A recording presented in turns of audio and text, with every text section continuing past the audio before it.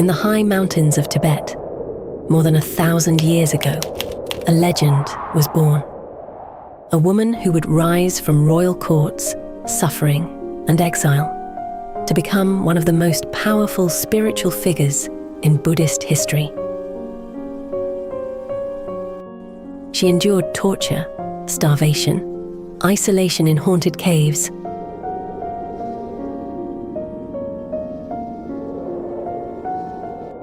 and the brutal politics of an ancient empire.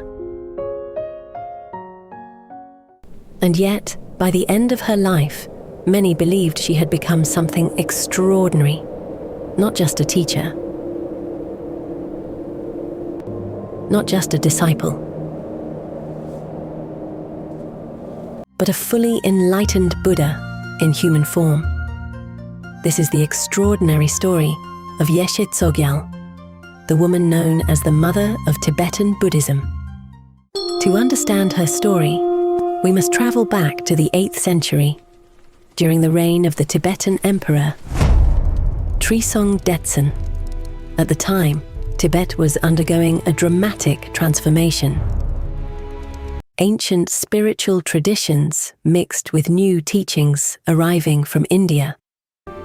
The emperor wanted to establish Buddhism across his empire, but many believed that powerful spirits and local forces resisted the new religion.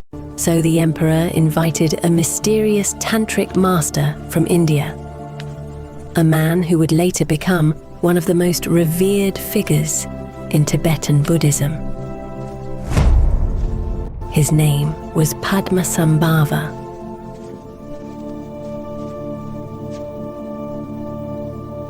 And his greatest disciple would soon be a young woman from the Tibetan royal court.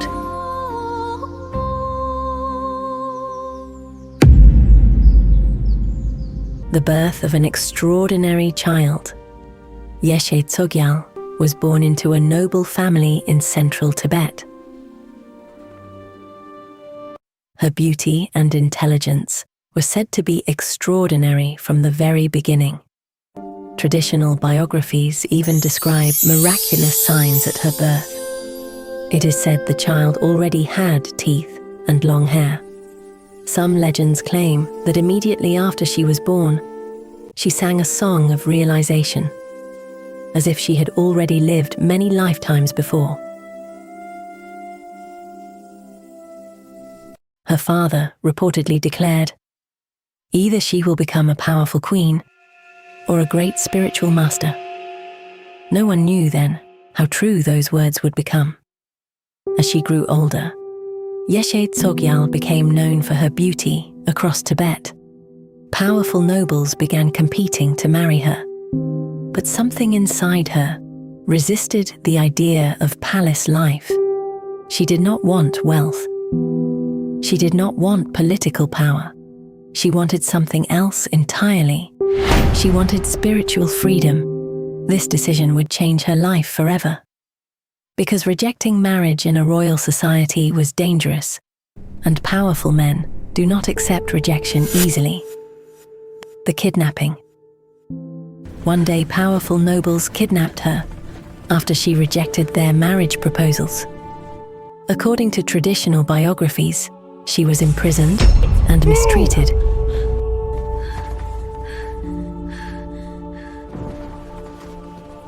Before eventually escaping, the experience deeply affected her and strengthened her desire to seek a spiritual life.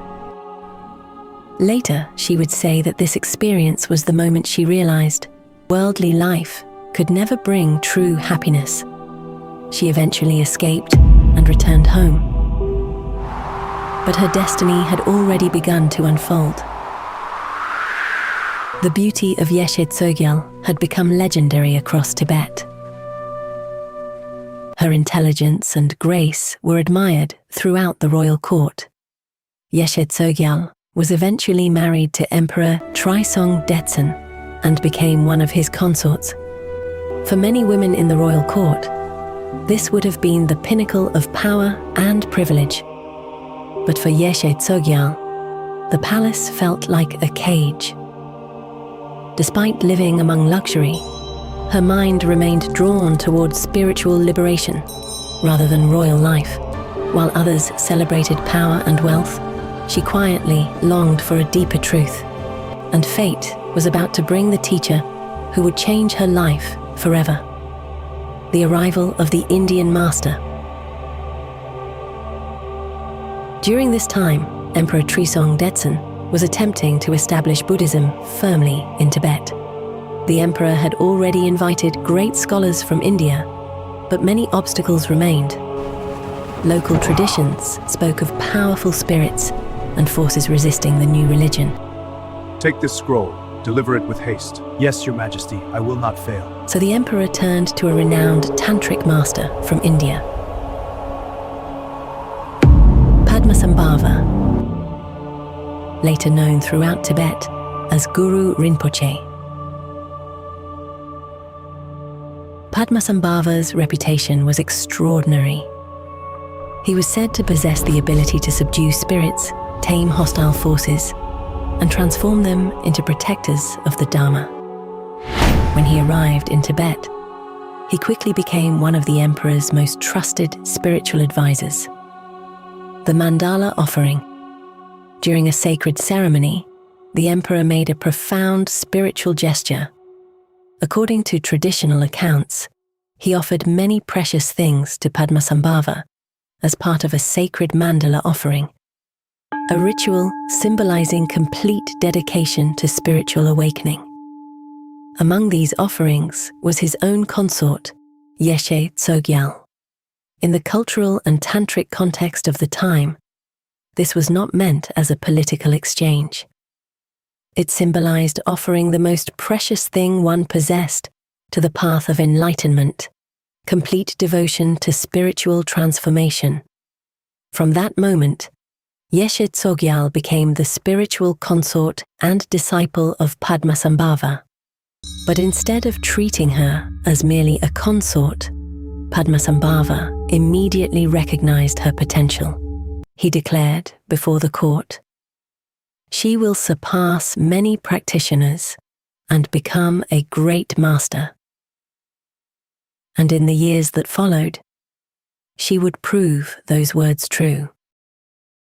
The harsh training Padmasambhava did not train her gently. He sent her to remote mountains and caves to meditate alone. These places were cold, isolated, and often believed to be inhabited by spirits. Her training was brutal. She meditated through freezing winters.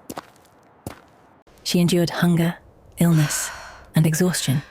In her own spiritual songs, she described her suffering vividly. Her hands and feet cracked and bled. Her body grew thin from long retreats. At times, she came close to death, but slowly, through years of discipline, her mind began to transform. The vision of the demon palace. During one intense retreat, Yeshe Tsogyal experienced a terrifying vision. She suddenly found herself in a palace surrounded by demonic beings. Blood-drinking spirits danced around her. The scene was horrifying. But instead of running away, she remained calm. Then something extraordinary happened. The terrifying demons transformed into radiant deities. The palace revealed itself as a sacred mandala. She realized the terrifying visions were projections of her own mind.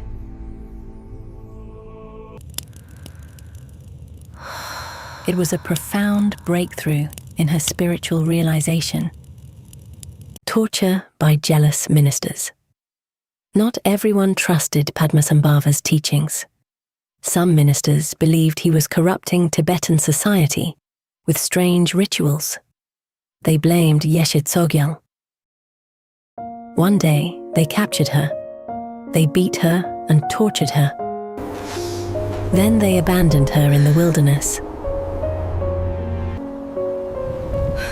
But when they returned later, they witnessed something astonishing.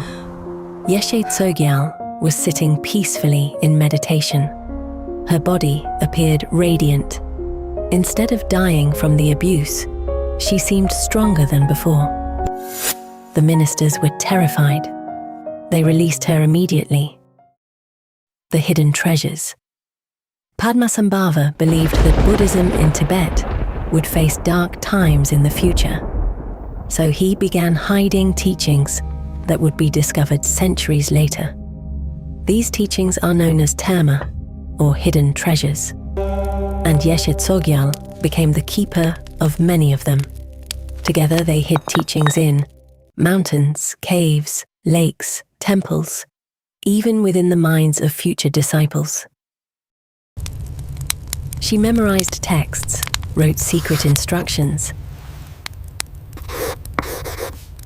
and concealed sacred objects. Centuries later, spiritual masters known as treasure revealers would rediscover them. Some of Tibet's most important spiritual texts come from these hidden treasures. The rescue of a slave boy. One day, Padmasambhava gave her a mysterious instruction. He told her to travel to Nepal. There she would find a boy destined to help her. Following his instructions, she journeyed south. In a marketplace, she found the boy. His name was Atsara Sele. He had been sold into slavery. Yeshe Tsogyal paid money to free him. He later became one of her closest companions and meditation partners. During one retreat in the mountains, Atsara Sele left briefly to gather supplies. But the journey took longer than expected. Days passed, then weeks. Food ran out. Yeshe Tsogyal continued meditating despite extreme hunger. Eventually, she became so weak, she could barely move. When Padmasambhava later arrived to check on her, he found her near death, but still absorbed in meditation. Her survival was considered miraculous. Converting bandits into disciples. Traveling across Tibet was dangerous. Bandits often attacked caravans. Once, a group of bandits surrounded Yeshe Tsogyal. But instead of panicking, she sat down and began meditating. The bandits suddenly experienced powerful visions. They became frightened and ashamed. Many of them repented and became her followers, transforming demons into protectors. Throughout her life, she meditated in places believed to be haunted. Instead of fighting these spirits, she practiced compassion and realization. According to tradition, many hostile spirits became protectors of Buddhist teachings after encountering her. This was considered one of her greatest spiritual abilities. After Padmasambhava eventually left Tibet, Yeshe Tsogyal continued teaching. She gathered disciples and passed on the teachings she had received. Among them were both men and women. She also continued hiding spiritual treasures across the Himalayan region. By now, her reputation had spread far and wide. Many people believed she had achieved complete enlightenment. Near the end of her life, she gathered her closest disciples. She gave them final instructions about the nature of mind. Witnesses later described a strange phenomenon. During meditation, her body began to shine with light. The sky filled with unusual colors. Celestial music was heard in the air. Then, according to tradition, something extraordinary happened. Her physical body dissolved into light. This phenomenon is known in Tibetan Buddhism as the rainbow body. Yeshe Tsogyal was gone, but her legacy remained. More than 1,000 years later, her story still echoes across the mountains of Tibet. She was a princess who rejected power, a woman who endured suffering and transformed it into wisdom, a disciple who became a master. Today, Yeshe Tsogyal is remembered not only as the student of Padmasambhava, but as one of the most enlightened figures in Tibetan Buddhist history. Her life reminds us that even in the harshest conditions, the human spirit can rise beyond suffering and awaken to something far greater.